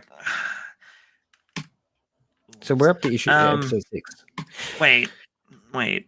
Have you continued any more with Vinland Saga? Oh yeah, I'm The like Depression season 2. Yeah, I'm like 13 episodes into season 2. All right, okay. And Sorry. you know what? I'm enjoying it more than the first season. Oh, right? Yeah. Like season 1 is good. I hesitate to use the word generic because it's not. But in contrast between season 2, it is. Yeah, it feels so shonen, very shonen seinen standard action. What is it? I'm looking for a word. It isn't. You're right. It's not generic. It's kind of predictable. Yeah, like in hindsight, yeah, it's predictable until it gets to the end. It's generic, kind of like but... I know what's going to happen, and there's no depth to your MC beyond him being an angry kid. Yeah. I mean, there starts to be like towards the mid to late point where he starts like the horrors of war start really crashing in around him. Yeah. And he's the guy that he hates, Askeladd. He was the main focus of the first season. Yeah. Oh, dude, doesn't he carry that first season though? He does. And he's 100% why you watch the first season, and the impact that he has on Thorfinn's life and Canute and Canute's life as well. The amount of impact he has on both of those two characters is more than what their fathers did. Yeah. So as much as I love Thorfinn's father, he was a cool character. The juxtaposition between Thorfinn and Canute's fathers is incredible as well. And then you've got the meeting point of Askeladd being like kind of the middle ground of both, where like Canute's is like visually ugly, and that's the representation of like him being a pretty shit person / king. But then you've got the ugliness of what Askeladd does, but arguably he's a really good He is the person. boiling point. Oh man, I fucking love this series. And this is the frustrating thing about the end. So spoilers? So I've seen first season. It's been out for a while. Yeah, I know. So if you haven't watched it, then go watch it. Pause this. Don't listen to me. So the end of season 1 comes crashing together in those last 3 episodes. It feels like the first 21 episodes didn't even exist. Those 3 episodes that hit in the end, I'm just like, oh my God, they hit so hard and so strong. It's like crazy good that I forgot about what happened previously. So when I stepped into season 2 and there was that contrast of pace where things slowed down and they were all internally focused, and there's still a little bit of stuff going on, but nowhere near as pillage and rapey as the first season. Yeah, like it is a massive juxtaposition. It goes from kind of is but isn't. So you just jump to the other side of the fence. You go from the side that is doing the pillaging and the destroying and the conquering, and you switch over to the side where you're the slave, or you're in the aftermath. yeah, you're in the aftermath, and you're on the losing side possibly as well. So you're in a situation where you can't win, or you shouldn't win, or and this is that internal conflict. And in the second season, we see some of that most amazing portrayal of internal character development I've ever seen on screen. So fucking amazing. The change in the way Thorfinn's behavior has gone from being this angry, pent up, crazy kid who had no direction to suddenly having properly no direction. Everything he was fighting for in his life suddenly disappeared in a split second without him even thinking that it was going to happen. So it's just a state of depression, a state of misdirection, a state of incompletion. He is lost, and you feel it. Like you're watching it, and you feel that he's lost. Einar, as like a supporting character as well, is just he's perfect. Oh, he's so good, because he's your insert into because he's like the fresh slave, so he's angry, he's frustrated, and Thorfinn's been there for years at this point, and it would have been years, and quite settled into, this is the role, this is how things are, and he's defeated. He has no purpose, he has no drive anymore. It's just the jobs get that up. he's get up, go to work, come home, go to sleep, get up, go to... Oh, that sounds familiar. Are you insinuating that I am connecting very much with Thorfinn on this on this second that season? modern day capitalism is basically just indentured servitude? Yes, that would be ridiculous, Logan. Yeah, I really like the use of Einar being the vent of frustration for what's happening to Thorfinn for the audience, because otherwise it'd be so much harder to watch. It would be rough if you didn't have that little glimmer, because he provides that little glimmer of hope in the whole scenario. If you didn't have that, it would be literally the most depressing thing I've ever seen. Yeah. And the dream sequences, oh my god. So you've gotten up to that part with Askeladd in hell? Yeah. That shit is hard. I'm watching it, I'm just like, oh, this is rough. No wonder he's freaking having night terrors and screaming in his sleep. I'm just like, oh, it must be from, committing all those crimes and murders. And then once you actually delve into it, but it goes at that deeper part as well. It's like the loss of self, the loss of everything, loss of innocence. And Ian Sinclair, to me, like, he is the voice of Space Dandy always, but his performance as Einar is just incredible. There's a lot of emotion in there. He still has that fun quirkiness when it needs to be, but goddamn does he bring it in the English dub for when it needs to be brought. Just incredible. Everyone involved.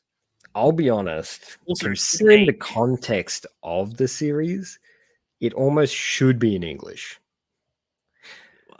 If not in some other... I wouldn't mind watching it in a Scandinavian language, maybe, just to see if I can get like a bit more of a feel. Yeah. Because they're in England for the most of the series, right? Even in season 1? Like, it starts off in Norway. Season 1. And then they go into invading England. Yeah. And yeah, because they're the Danes that are invading England. Yeah. Yes, the Just, Danish like, once upon a time almost ruled the world. How crazy is that? I'm like replaying what's going on in my head. Yeah, when they were And organized. it's very much that edutainment scenario going on as well. As I learn a lot about history that I wasn't aware of. You know, all this pre-English environment. I don't know if they will, but I wonder if they'll touch on the Roman architecture, like the leftovers of They did briefly. Did they? I don't remember. Askeladd talked about it. It was his history, right. remember? That's right. I do. I forgot because he's barely a part of season 2. Yeah, he did. He talked about it in season 1 when he was talking about his background and his history. Lineage. Yeah. Yes. Okay. So I'm sorry to do this to you, but we have to. No, I'm okay. I needed a palate cleanse after talking about the new series because it was really cool. And Vinland Saga just seemed like a nice bridge because I knew that's what you've been talking about. What you've been watching, I should say. Religiously almost. So we need to talk about last week's as well, though. Yeah, we do. It'll be quick. Don't worry. I don't really remember what happened, to be honest. Okay. Oh, wait. Yes, I do. Yeah. Okay. Let's warn the audience again. We're back to 7 Blades of the Reign of the 7 Blades. Sorry, I haven't got the name wrong. I wanted to say 7 Blades of the Elementars, but that's a whole different thing. I'm wishing together. Okay, so Reign of the 7 Spellblades. It's got a very high ranking on Crunchyroll. Look, I kind of get it. I kind of get this more. See, one line. Just one line is all it needs to explain this series. Yeah. This freaking Harry Potter ripoff shenanigans. I feel like that's giving Harry Potter too much credit because this, I feel like I mean, at the core, like the real base elements. You know, the world building, they've got nothing in common. Yeah. Characters, I mean, they've got a lot in common because neither of them can actually write a freaking character. So, I mean, you've got Harry, you've got Ron, you've got Hermione, and then you got a bunch of other random characters because we all know they always put a larger cast in anime than they do on most European style environments. So, Cho Chang, you've got Neville Weasley. I hate that name so bad. It's so racist. Oh, I got to come up with a Chinese name. And then you've got Seamus Finnegan, and he blows himself up at every. I saw a comedian talking about it, about how J.K. Rowling just wears all her prejudices on her sleeve, and I was like, yeah. And then he goes into it and is like, oh yeah. Okay, I forgot about Seamus Finnegan, and I forgot about like a lot of the other extended cast. I was like, oh shit. Like, I wasn't going to defend her at all, but it's worse than I remembered. Oh, it gets worse. Speaking of getting worse. I don't. Oh, okay. So what happens in episode 5? What happened in episode 5? Did we actually talk about episode 5? Oh, wait a minute. Yeah, we didn't talk about episode 5 because it was last week. We didn't talk about it. So what happened in episode 5 was they'd finished defeating the beast in the pit in episode 4. You know, the big giant beast thing. Yeah, I don't remember if we actually talked about that, but anyway. No. I think anyway. That's right. They were talking. We said the action was nice, but that was about it. Oh yes, I do remember now. Thank you. So now we jump straight into some banter in the school. Oh, the cringy harem shit. Yeah, where it's just like, Oh. oh, we all have to kiss the main character because he beat the thing, but he didn't It's really. time for a a celebratory kiss. Yeah, it's just Oh, it felt everything. Every time they open their so mouth, talk to another forced. character, it feels forced. Everything is so forced. Like your little caption under your name says, if we got rid of all of the dialogue, it would be a pretty good series. Like Like Star Wars. 7 out of 10. Even Star Wars is better than this. If you take episode 1, 2, and 3 and you remove all the character conversation, Misa Jar Jar Binks. it'll be perfect. How dare you? I hate Stan. Anyway, It's coarse. It gets everywhere. if anybody gets, so this is the direction of the conversation we're expecting from these 7 blades is it's just awful. So just real quick, just a no, actually, I'll save it for a bit later. Continue. I'm sorry. Anyway, so we have the whole potions class with the Snape style teacher who hates everyone, and he goes around and saves everyone's potions from exploding and all that sort of stuff. And the teacher's like, "Oh, you're pretty good at this," and he's like, "Hey, no," and that You're was the end damn of the class.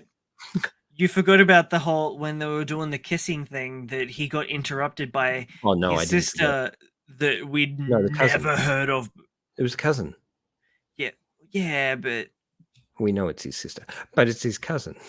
it's his cousin that was introduced as, because he's basically been adopted into the family, and she sees him as like a little brother or some.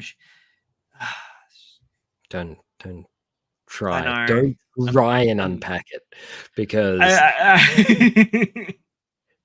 so this is the core problem with this series is you want to unpack it, because at the center this could have been great. Like this could have been magical, but also, why is he so good at everything? well, that's actually kind of half explained in the next episode. Half. I said half. All right. So we go on to oh, wait a minute, sorry. We're talking about I did miss a thing. I miss a thing because they had to fight the girl with the eye. Oh, hang on. Before we get into that, we get the hi, I'm one of the students that is in your Persian class. I'm responsible for making the girl run towards the troll. Okay, bye. Yeah. Yeah. It's like, that was really non-consequential. It's just it was like a loose thread that didn't really. It was kind of. So the problem here's the problem. They keep trying to push this whole troll scenario that happened at the start. Clandestine mystery. Yeah, as like some sort of key element in what's happening, and the fact that the girl is like friends with demi-humans and stuff, like it's a big component of the story, but it's such a non-player in the whole thing. But it's kind of also not. No, well, but it is. But it's the big point for the interaction with. I'm sorry, but her name is so fucking stupid. Snake Eye Milligan. She was a cool character. I can't take it seriously at all. That interaction, but once again, that interaction was not necessary. Yeah, fair. But it's almost like the focal point of like the first 5 episodes and they keep talking about the relationships between demi-humans and the social, political, economics, and upheaval around that. But they just don't go anywhere with it. I know. They don't go anywhere with anything. That's the problem with all of this. they've got like all these really cool elements, like the labyrinth and the shit that's happening in the labyrinth with all the upperclassmen, and then the edginess with the main character and his like ninja Sidekick. bodyguard maid thing. There's so many elements that are just up in the air and not explored properly. I don't know what the focal point of this story is. It feels unfinished. Like they're trying to cram as much as they can of what they want to cram in without finishing any of the stuff. They're just like starting the conversation but not ending it. It's like they've got all of these different elements that they want to intertwine, but they all feel very separate. That's because they are. Including the characters, which are meant to intertwine all of the those elements that feel set. Wait, what? Why Moaning Myrtle? Well, I imagine one of them's Moaning Myrtle somewhere along the lines. Oh, did I miss a comment again? I did. I'm sorry, Trossie. I was too busy ranting. Hard not to about this series. So anyway, Mulligan, that's just almost as offensive as the other one. So Mulligan is so every time, bro. It was. And now, what does the eye do again? Oh, so it's the eye of a basilisk. So she turns the things to stone, right? Yeah, it was basically Medusa eye, which also got glossed over very quickly that her parents tried to put into her siblings, which killed them, and then just kept trying with their other like children, I guess. This is the weird thing, right? This is the stuff and the content that's coming from that really edgy side. Yeah. And that edgy side is pushing in quite heavily. I'm sorry. Yeah. It's that edgy stuff is pushing in, but it's not being completed or followed. Yeah. You know, it's not coming all the way through. This is what I wanted to talk about before, but I felt like we should get up to some of the edgier parts first. It feels like the series comfortably fits somewhere between Cheat Skill and Eminence in Shadow. Eminence in Shadow being the peak of edginess and great writing, and Cheat Skill being everything else that is like the complete opposite of what I just said. And it's like it's in the middle. It's edgy as hell, but the writing's not leaning a little bit to the left, isn't it? It's definitely Well, the writing lets it down so much, and it's honestly what really sucks. It's just the character writing and the dialogue. Yeah, it's lazy. It's really lazy. It's not even tropey. It's just lazy. And then what? Like the worst part, right, is the end of the 6th episode. 6th episode. Oh, hang on. We're not even done. So hang on. I need to talk about Snake Eye Milligan, McGillicuddy. Just adding more into a fucking stupid name. Can we just talk about how fucking stupid that shit was? It was just I saw what they were trying to do. No. But they didn't deliver it. They didn't think anywhere past like, this is a good idea. Instead of like going, this is a good idea. How does it fit in with the characters and the motivations, and thinking outside of the idea and incorporating the world and all the other surrounding characters? They were they've just gone, how do we fit the basilisk from the Chamber of Secrets into this?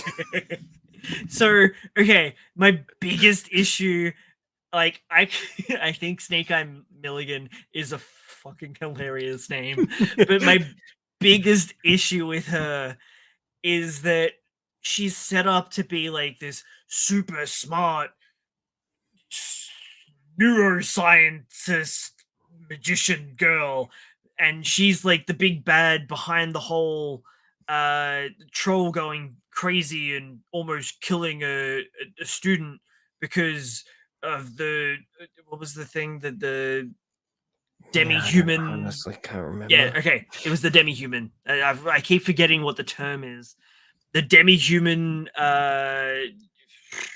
social justice warrioring and whatever.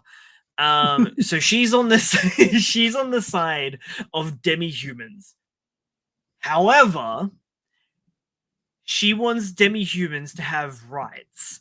And the way that she's going about demi-humans getting rights is by granting them intelligence, by performing grotesque brain surgeries on them, torturing them in the process to give them intelligence that way. And the whole reason that the troll went crazy is because it was like, oh, I get to book it out of here. And then when Hermione character, the one that was all for demi-humans as well, is like showing niceness to the troll then speaks to her and is like, yo, girl, you need to get the hell out of this place because bitches be crazy. Also, can we just talk about the direction for the voice acting on that? Was absolutely dog shit because it was so inaudibly unintelligible. Bitches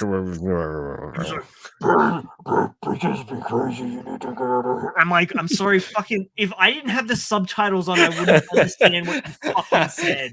You watch the stuff with the subtitles on too. Yeah, of course I do. Even though it's in I've English. got the neurospicy. So anyway, that was my little cliff note. The Snake Eye Milligan is all like, holy shit, Hermione got the troll to talk. I better kidnap her and perform neuroscience on her too to find out what makes her tick to make the other things tick. And I'm like, are you fucking stupid? She was nice to the troll, so the troll spoke to her. Like, how deranged are you? Like, it's not even, it's just stupid. It wasn't even thought out. I'm sorry. That's not even the best part yet. Because they do keep her alive, don't they? Oh, it fucking hurt, dude. She'll be back. Yeah, Spicy I Eye know. Milligan's gonna be back. Spicy Eye Milligan. Oh, so okay. Now we can get into episode 6. Right. Well, maybe most of episode episode 6 is all spicy Snake Eye Milligan McGillicuddy, isn't it? Well, it was cool action. There's some cool action that happens. I mean, it is the action and you can't argue that the action, the animation, the production side of things is actually quite nice. They've done a pretty solid job. Again, it's just the characters, the character writing. Like, yeah, I feel like it could be saved if it was just redubbed and resubbed. Like, like it would take a lot of work. Style. But like, I feel like you could make it work. Almost, maybe. I think you could make it a more tangible series, even with the content you have with just a rewrite. Yeah. I wonder if this is translation issues? Surely not.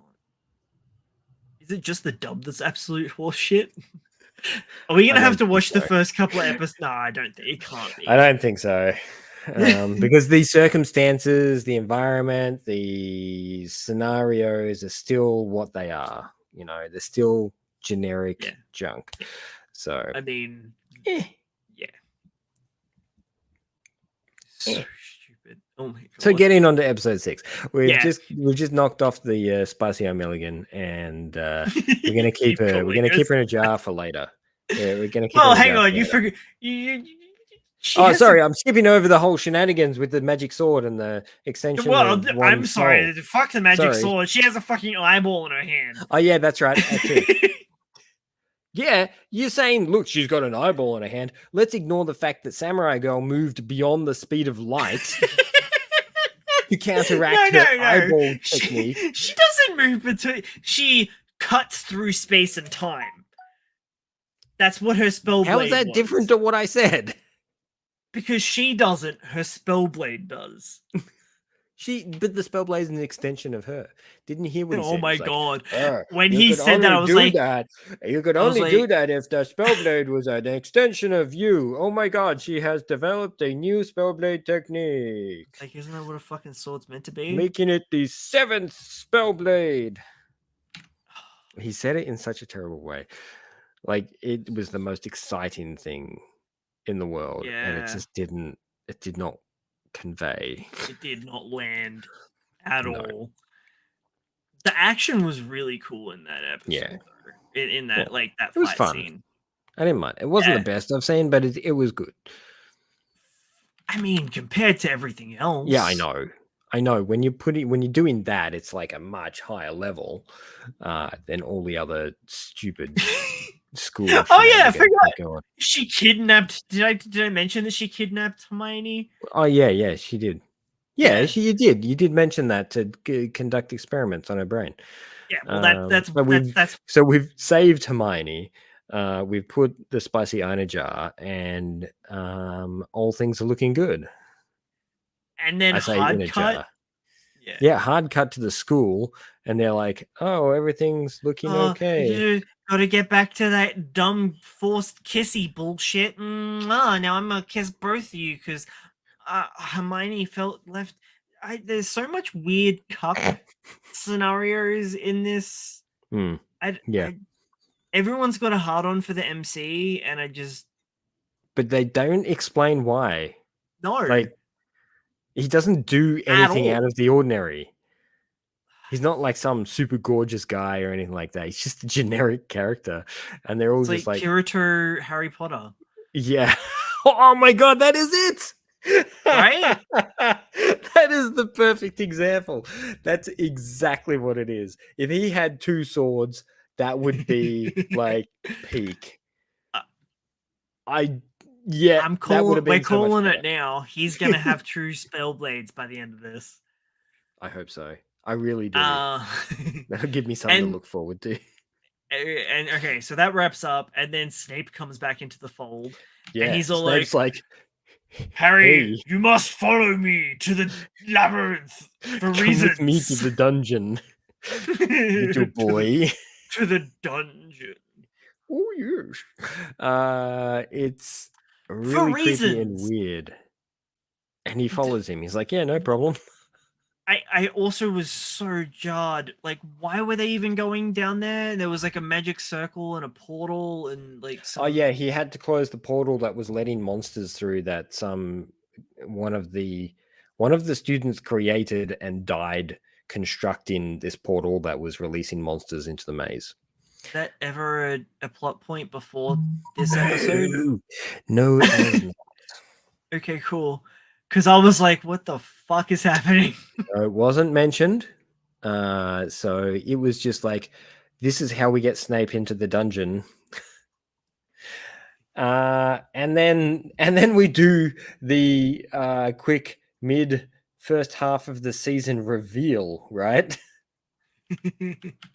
Oh my god. 6 episodes in, and we drop what should be the end of the first season. Snape's a bad guy. Nani? What? You don't say.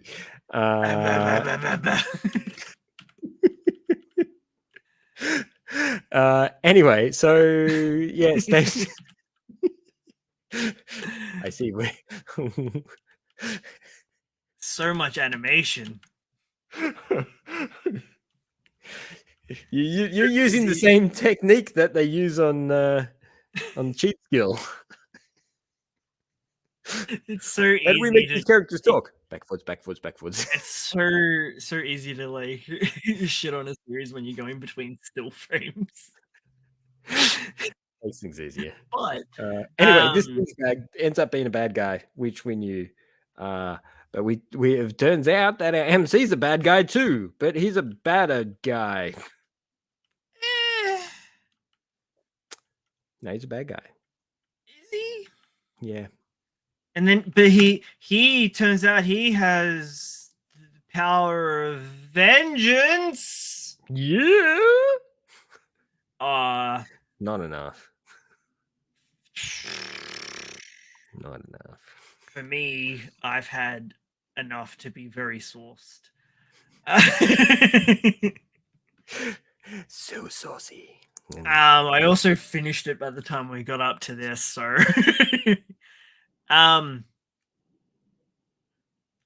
Yes. So it turns out he has a spell blade as well. Wait, let's switch our edgy framework on.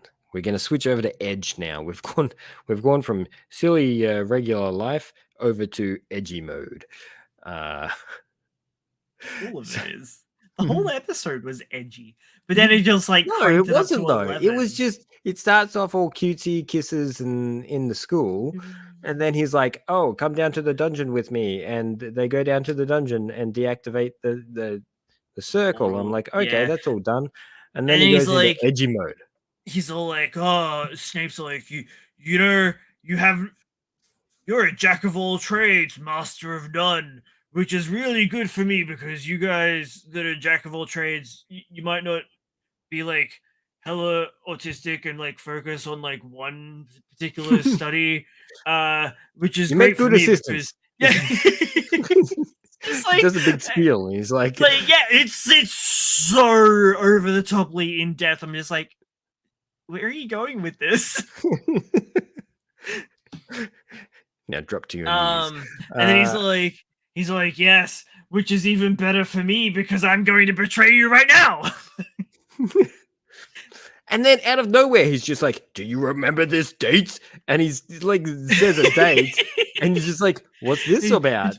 Be careful what you ask for, Potter. Yeah. And he's like, I will, because do you remember what you did to my mother? And he's like, yes. I sure did. I challenge you to a duel to the death. Be careful what you ask for, Potter. It's just like you already said that. Yeah. And then he dies. He, like, kills him. But he doesn't. And then we get the reveal that it turns out that the two MCs actually have spell blades. Oh. No, he's got more than one spell blade. No, he's got more than one. Oh, well, that maybe. Because they're just a technique. So you can have more than one if you know the technique. Wait, so it's not the actual blade? It's a spell? A spell blade. A spell blade technique. What? Yeah. That was not conveyed very well. No. I thought it was special like blades. It's swords. the actual technique that you use while using the sword. So, okay. Hmm. Anyway, which is a little bit cooler because then anybody can wield the techniques if they know the techniques. But you see, he's like, oh, but that technique was lost because we're assuming that the person who held that technique, which was his mum, died and took the technique with her. Which is basically, I get to see all realities. Yeah, it is a little bit like that, wasn't it? He's like, he just freaking collapse into the multiverse, and he's all like, that one. yeah, I'll take that one, thank you. A little bit, but it's not like a good mind blow. It's just like, that was written pretty shit that it wasn't very conveyed. It wasn't very well conveyed. Just adds to the layers of shit writing. It was like, hang on, who's right here? Is Brad right or is Logan right? I don't know. Either of us could be because it's a shit written show. Is it Brad right or Logan right? Yes. And then it gets really edgy. So he picks the correct the 1 in 1,000th chance that he was going to win the fight, and then he wins, taking all weight out of every future fight that he ever has, because he gets to pick the outcome whenever. It's like, cool. Yeah. Why? First of all, why didn't you do that? No, he was just Every believing other in the heart of fight? the card. Don't. The heart of the card's got nothing on this. That's better writing than this. So yeah, he like chops the guy's hand off, right?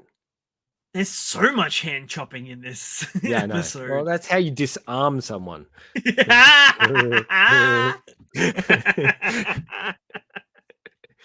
The irony.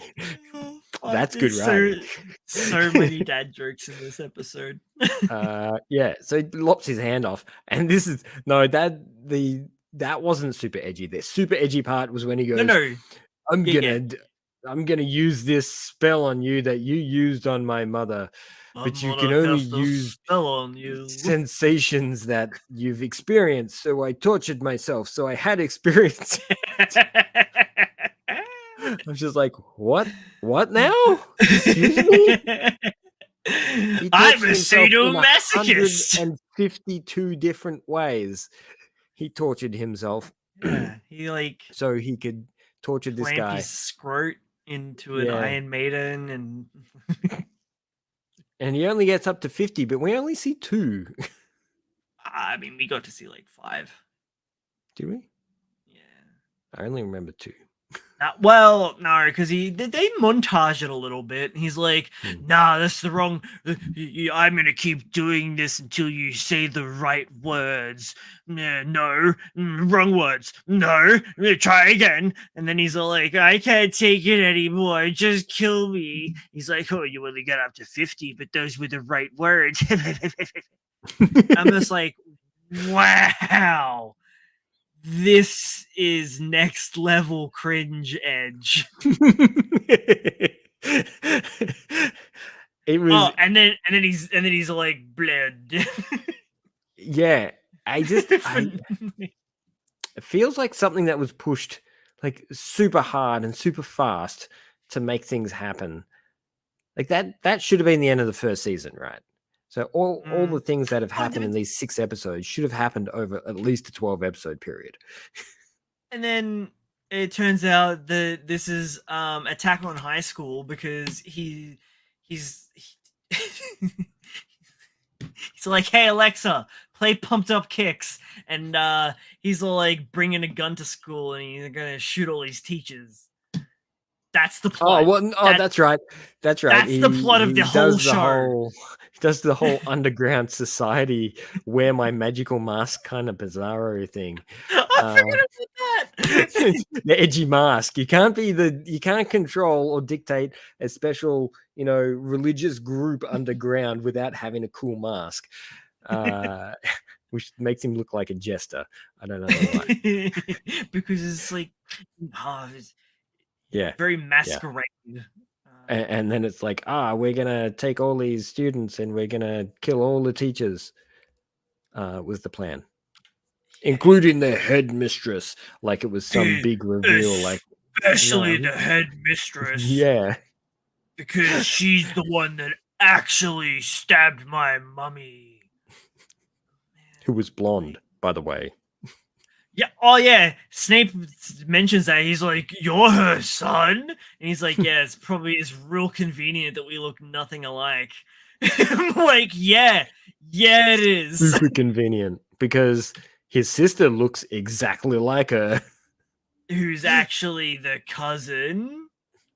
Yeah. Where is it? Oh, all right. There's the mom who. Actually, no, she doesn't. She's like 15. Because the cousins. Why does it? There he is. okay. She's white haired. Also, who's this dude? Yeah, I don't know. He just turned up. I know. Apparently, they're related as well. I'm like, what the fuck? I don't care about any of these characters or even know who half of them are. You only got introduced in the previous episode and apparently are related. Are we meant to care about anything? So I don't think so. This is a great series to have some edibles or some drinks with friends. This is the kind of series where your friend's going, "Oh, I want to get into anime," and you're like, "I got the best one for you." This is peak. Be like, let's eat some of these brownies and watch Space Dandy instead. Well, I'm saying that because everything is uphill from here. So if you go in and you say, if you say want to this is start them off good, at the benchmark, you say cheat skill is good, Logan. I know, but that's going too far because I feel like if they watch that, they'd be like, I don't want to watch any anime. This is too shit. Well, this is that borderline between, oh, it could be good if you didn't delve too deep into it. Like surface level, it's acceptable because visually it's not too bad. The action's not too bad, but we know better. It's all about the booty, baby. Yeah. Nah, and that's the thing. This is why I bring up Eminence and Shadow. Because it does everything better that this series is trying to do. Yeah. It's got great character writing. It's edgy as hell. It leans into the bombastic stupidity that it is. Whereas this is trying to be serious. Yeah. Yeah, it is. It's not cheat skill bad, but it's also not Eminence and Shadow good. Yeah. Somewhere in between, and I don't hate it, but I don't like it. It's fun to complain about. Because it's got bones. That's the infuriating potential. But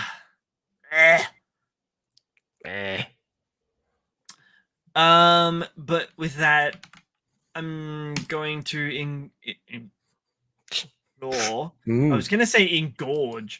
That's not. Oh yes, please do say that. To check out the Lady in the Swamp Kickstarter pre-launch. Go engorge our numbers. I implore you. Ooh, nice. Thanks, man. Do you like how I brought it around? I saved it. It's going to be launching towards the end of October in the spoopy days. It's going to be good. It's going to be good. This is actually the first property that Half Tone Productions is going to launch that all three of us is going to work on properly. Yeah. No. Yeah. No, I just the words I used felt wrong. Yeah. All three of us are. I mean, we're all working on each other's stuff in some way, but this is the first time we're going to be each having a proper role on the title. Yeah. It production-wise, it feels big. Different. That too. I don't know. Yeah. Like we help each other out with all the other stuff, and even though this is still Kieran's, it feels more ours half-term production-wise. If that makes, I don't know. Yeah. It's our new big baby. Yeah. Sexy little baby.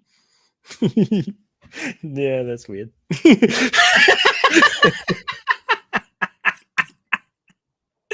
It's just a weird Game Grumps reference from like 3-4 years ago.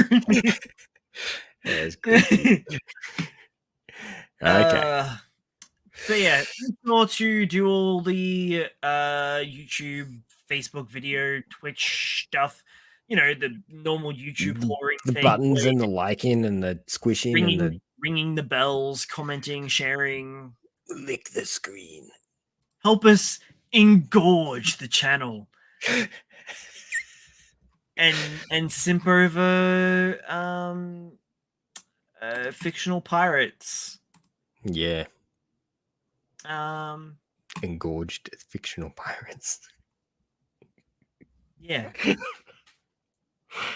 Now I feel like I'm just talking about some sort of cheap novel. Do you think Luffy can stretch his dick?